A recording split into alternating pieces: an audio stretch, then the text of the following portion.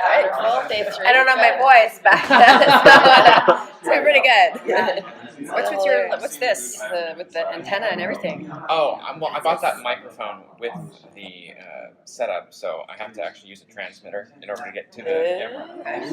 Very fancy. It's very high tech over here. Over there, you got like the old school, one of those. Yeah, that's old school. Yeah. This is old school, yes. You're doubling up. You're like, in case this fucks up. Exactly. Just throwing myself on the table. Yeah.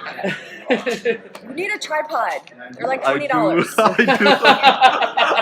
I left it in my home.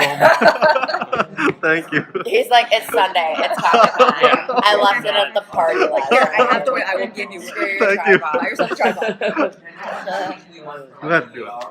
So, in this game, one of the big things about Dead Rising is the fact that you can build, your own weapons. So, what would be your personal weapon combo that you would want to build for the zombie apocalypse? Ooh, good question. Oh, you'd think I would have thought of this. I really liked yours, Marie. Like when I was watching you swing that bat, I was like, "That's a good one." Yeah, it was. I really liked my weapon. I was pleased with it, definitely.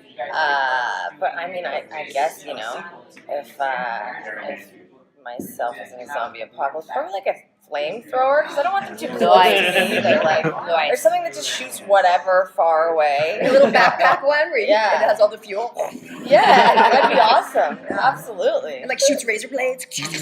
Yeah. Bic razors, not the disposable ones. Like the man's razors, because they always shave better. All of those. Yeah, always man razors. Yeah, definitely. That's a good call. I did kind of like, we were saying over there that we had names for all of the weapons, and what was yours again? Oh, fourth base. Hers was fourth base.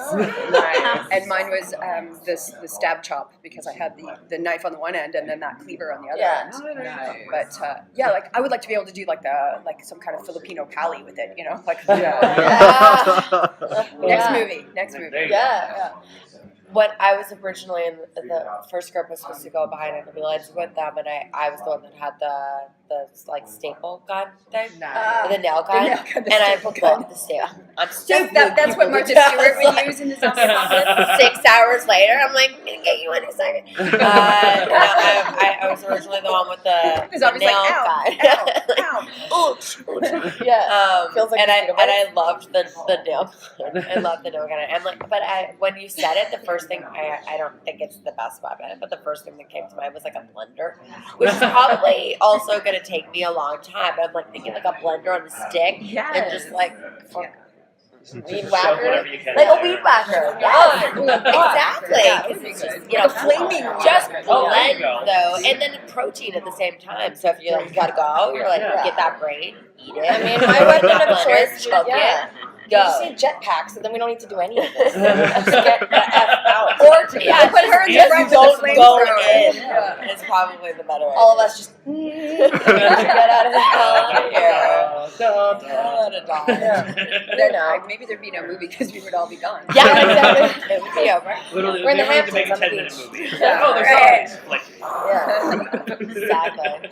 Dope for 10 minutes. Yeah. Were you ladies always a zombie fan, or are you easily scared growing up? The only movie I've ever really been scared by was The Ring. Oh, yeah. Like, it's supernatural that flips me out. Zombies don't flip me out. Real people flip me out. That scares me. Yeah. Some politicians scare me. Maybe mention any. Try and guess. Right? Scares the hell out of me. That'll be the next fun game. It could be an apocalypse coming soon. What about you ladies? Your house near you. Yeah. I've always been a zombie fan, so I'm in a show called iZombie. That's right. But we don't actually.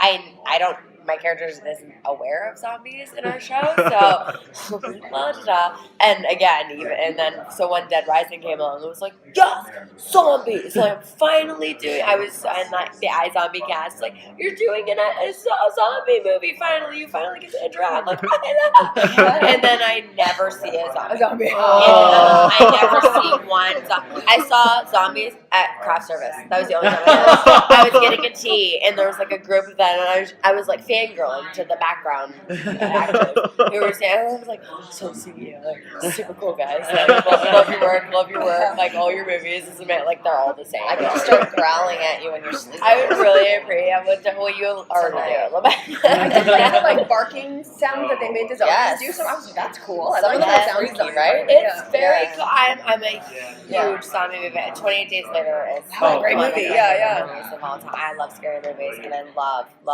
zombie movies. And when I auditioned for the film, Pat was like, we're trying to go along the lines of 28 Days Later. Actually, we're trying to get into like a scarier, less. The campy is fun, but we're trying to also involve like a scary, like a horror theme to the thing. And it was like 20 Days Later. See, like quote the movie. I love 28 Days Later. That movie scared the hell out of me. It was amazing. So zombie apocalypse thing. I was so excited to be a part of it. A little pissed that I never got to see any, other than craft service. Other than that, I'll keep that in very mind for your happy to birthday. be. Zombie I was gonna say, just wander around town. like, jump You'll out. see one of them. You'll see Yeah. tons of it. Or drunk people at 2 in the morning. There we go. That's zombie. The gas lamp is full of zombies. I'll Yeah. just look in the mirror at 3 a.m. Oh. And it'll fucking oh no, you don't have to. Oh. It's gonna happen. Well, I had a friend whose like goal, like one of her bucket list things was to be in a zombie movie. Yes. So I was able to ask for her to be, and she did background. She thought it was Oh, like that's the dope. greatest day. Oh my gosh. Oh. Yeah, it was on She got my- a whole kit, although it was so cute because she That's showed up cool. in the morning. I saw her first thing in the morning when they were putting everybody through the mill, and she hadn't gone through the mill yet, but she had all her makeup done. Like I was like, oh, that's cute. So happy. I like with that because then they put her like she had pieces hanging off her face. I had pictures of us in my trailer at lunch because my other friend came with her so that she ended up in the movie even though she had no desire to be in a zombie movie. And we were all in my trailer with everybody with their pieces of flesh falling off their face and like eating our hamburgers like. One of my favorite pictures from set. That's so cool. It's That's really really to be able cool to that you do got a to do little that. thing like that. And my little nephew, who's he actually is a huge fan of the game. He's not little, I guess he's 11. He would hate that I just said my little nephew. Because at 11, he's all grown up. He's kind of close. If you see him now, I'm like, who are you? I was hoping that I was going to be able to bring him out to be in it, but he lives in Ontario, so it was a big schmeal. But again, if there's like a third one or if a series or whatever, I promise wherever somebody let me see a camera. I promise I will be there. Did you guys have any favorite moments on set, behind the scenes? I'm like trying to think. It was months ago. So I we're think like, so. To be honest, Marie and I, we worked together on the 100. the helicopter.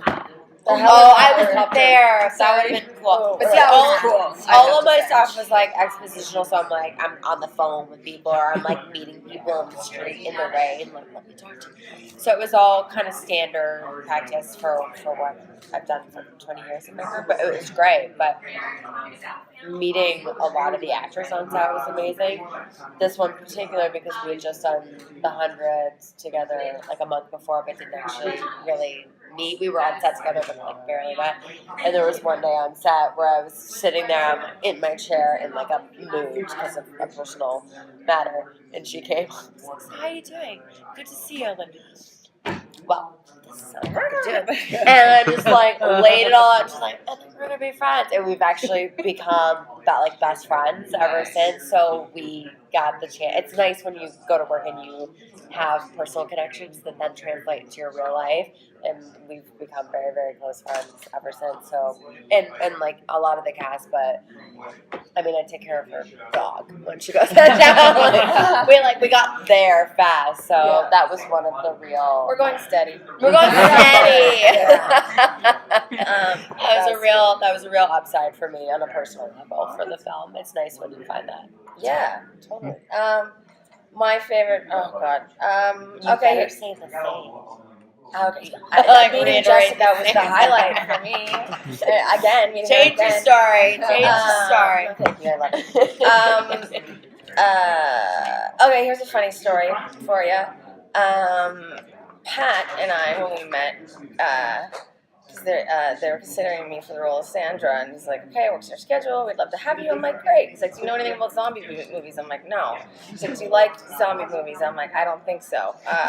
And he's like, "Okay, great. Me neither. Let's make this movie together." I'm like, "Perfect." And then I was like, "Okay, so what do you feel about this scene where the fellow at the end of the movie decides to sort of cop a feel in front of Jesse's character and really use that to sort of manipulate the room and bring out their bad guyness. And he's like, well, what do you think of him, like, grabbing a breast? And I was like, is he cute? That's what she asked. Yeah. First question, exactly. No, I'm kidding. But I was like, okay, tell you what. He can grab my boob only if I can stab him in the junk with a knife at the end of the scene. And so that whole thing was my idea. That's awesome. Yeah. Because I'm like, and it's got to be a reveal, because then every man that's watching this movie, I did like that, predominantly male audience, will go, oh. So it was a payback. Lesson too. Yeah. I'll teach all those people that have naughty little ideas, that could be you next. So, get those bad thoughts out of your mind. Yeah, that was great. That was my favorite moment. It was pretty funny. Yeah. So we've seen a lot of zombie movies. Earlier they were talking about Resident Evil and The Walking Dead. They had a slightly bigger budget than we did. Right. Just love. I had lunch clear. next to some of the Walking Dead people yesterday. I was like a little bit fangirl. Yeah. So I was sitting. Oh my god, it's very sad. Again, love the zombies. Sorry. No, it's fine. So I was wondering if you could talk a little bit about why you think that's such a phenomenon today. Zombies. No, it was like vampires first. Now it's like zombies. You want to know what I think really? Like, this is where I get all political and things. I think that our world is hooked up right now, that it's escapism. It's the same thing that I talk about when I talk about Once Upon a Time, because obviously I get asked about the same question about Once Upon a Time. And I think it's the pure escapism of it being almost so outrageously far out of reality that you don't have to think about the fact that you can barely pay your mortgage or you don't have health care or... You know what I'm kind of pointing to? I sort of feel like the world is in a kind of a fragile place right now, and this genre in particular allows people to step out into something that is scary, but not like real life scary, like I'm going to lose my house scary. It's like, because you're not going to get, at this moment in time at least, cornered by a zombie for real. So you can be afraid, but not in a real world way. That's what I think it's from. I've always been drawn to, I don't know what the phenomenon is for a lot of people. Personally, the reason I like it, I shouldn't say I love the idea of an apocalyptic scenario. It sounds absolutely terrible. So screen grab that. That'll be a meme by right? Yeah. Screwed. I think there's something about, for myself at least, the idea of if civilization as we know it ended. It's a free-for-all, right? Like, it's like everything shuts down, government shuts down, like everything goes to bed. So those who survive, the world's your oyster. You get free reign of the planet, in a sense, and I don't know if killing things is necessarily a part of that, but if you can escape that, you find a place to go, you find a place to live, you find your supplies, and you live off the earth again. You kind of go back to basics, and there's no taxes at that point. There's really no pressure other than stay alive. It's survival at that point, and I think all of us instinctively have that. You have that survival mode, and at the end of the day, when everything else fails, your main goal is to stay alive as a human being. And I think the zombies give you that, a zombie apocalypse gives you that world to live among. So for me, when friends are like, what are you doing this for? I'm like, waiting for the zombie apocalypse. I'm going to go get me like a boat and a palace, stocking up. I'm ready for it. I don't want anyone to die, but I'm ready to get me mine at that point. Straight to Costco with a dump truck. Load it all in. Like, I love the show, The Last Man on Earth, is fantastic for that, when they all do like their Christmas presents and they just go and steal each other. Like, they just go and get like $500,000 cars for one another. Because like everything's free reign at that point. So I think it's a TV show. It's fabulous. It's hysterical. Yeah, it's super funny. Yeah.